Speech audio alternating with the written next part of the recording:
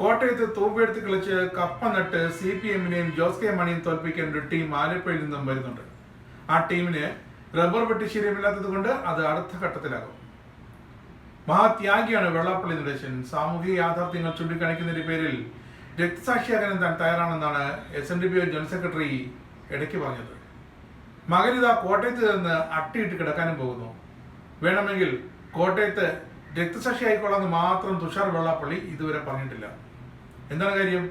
Jose K മാണിയുടെ കേരള കോൺഗ്രസിനും CPM-നും കോട്ടയത്ത് ഒരുപോലെ ഭീഷണിയാകാൻ തയ്യാറെടുക്കുകയാണ് അത്രേ തുഷാർ വെള്ളാപ്പള്ളി. അതാണ് തുഷാറിന്റെ സ്വപ്നം. എങ്ങോട്ട് വേണമെങ്കിലും തിരിയുന്നൊരു ഓട്ടോറിക്ഷയാണ് വെള്ളാപ്പള്ളി എന്ന പേര് കേൾക്കുമ്പോൾ ഓർമ്മ വരുന്നത്. ഇടതു മുന്നണികൾ വലതു മുന്നണികളൊക്കെ അതിരുവിട്ട മുസ്ലിം പ്രീണനം തുടരുകയാണെന്നും മതേതര മുഖംമൂടികൾ അഴിഞ്ഞു വീഴുമ്പോൾ രാഷ്ട്രീയ പാർട്ടികൾ നടത്തുന്ന വെല്ലുവിളികൾ നേരിടാൻ തന്റെ പാർട്ടി തയ്യാറാണെന്നും വെള്ളാപ്പള്ളി നടേശൻ ഇപ്പോൾ പറഞ്ഞത് വിഴുങ്ങാനും ഇടതിന്റെ കൊടിയെടുത്തങ്ങ് വീശാനും ഒക്കെ വെള്ളാപ്പള്ളിക്ക് ഇതിനു മുമ്പ് സാധിച്ചിട്ടുണ്ടെന്ന് വ്യക്തമാക്കിയിട്ടുണ്ട്.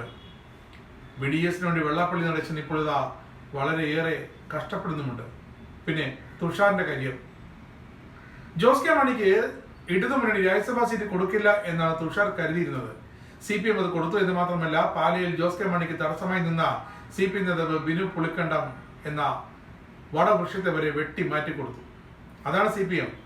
അതിതുവരെ തുഷാറിന് മനസ്സിലായില്ല എന്ന് തോന്നുന്നു. ഇനി കോട്ടയത്ത് തുഷാറിന്റെ ശ്രമം ഏറ്റുമാനൂരും വൈക്കവും കേന്ദ്രീകരിച്ച് BDS-നെ കൊണ്ട് പ്രവർത്തനം തുടങ്ങുക എന്നാണ്. കാരണം എന്താണ്? കോട്ടയത്ത് ഒരു 9,000 വോട്ടിന്റെ ഇത്തവണത്തെ തന്റെ വോട്ട് വീതം അവിടെ കൂടിയിട്ടുണ്ടത്രേ. അത് മുതലെടുക്കാനാണത്രേ ഇപ്പോൾ തുഷാർ വെള്ളാപ്പള്ളിയുടെ നീക്കം. CPM കോട്ടയായ ഏറ്റുമാനൂരും വൈക്കത്തും BDS-ന് മുന്നേറ്റം ഉണ്ടാക്കാൻ സാധിച്ചെന്ന് തുഷാർ സ്വയം വിലയിരുത്തുന്നുണ്ട്. അപ്പോഴോ നിയമസഭാ തെരഞ്ഞെടുപ്പിൽ കനത്ത ഭൂരിപക്ഷത്തിൽ അവിടെ ജയിച്ചു കയറാമെന്നാണ് ഇപ്പോൾ തുഷാറിന്റെ ഒരു സ്വപ്നം.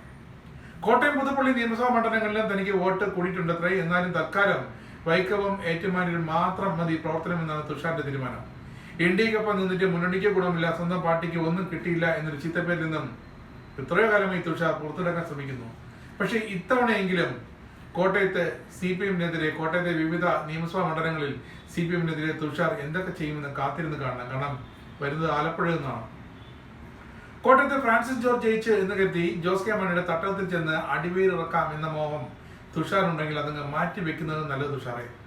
ആലപ്പുഴ തന്നെയാണ് തുഷാറെ നിങ്ങൾക്കും BDS-നും ഒക്കെ നല്ലത്. കോട്ടയം വേറെ മണ്ണാണ്. അവിടെ CPM-നെയും ജോസ് കെ മാണിയും അളക്കാൻ നിങ്ങൾ നിൽക്കരുത്. കാരണം ജോസ് കെ മാണി LDF-ന്റെ ഘടകകക്ഷി തന്നെയാണ്. ഒരു കാരണവശാലും ജോസ് കെ മാണി LDF വിട്ടുപോകില്ല. ആ ഗ്യാപ്പിൽ വന്ന് കയറാനും നോക്കണ്ട. അവിടെ ആ വളക്കൂറുള്ള മണ്ണിൽ, കോട്ടയത്തെ മണ്ണിൽ വന്ന് BDS-നെ താങ്കൾ എന്തായാലും വളർത്താനും നോക്കണ്ട എന്ന് തന്നെയാണ് കേരള കോൺഗ്രസ് മാണി വിഭാഗവും CPM-ഉം കോട്ടയത്ത് തുഷാർ വെള്ളാപ്പള്ളിക്ക് നൽകുന്ന അവരുടെ വ്യക്തമായൊരു സന്ദേശം. കൂടുതൽ വാർത്തകൾ അറിയുവാനായി ഈ ചാനൽ സബ്സ്ക്രൈബ് ചെയ്ത് ഫോളോ ചെയ്യുക.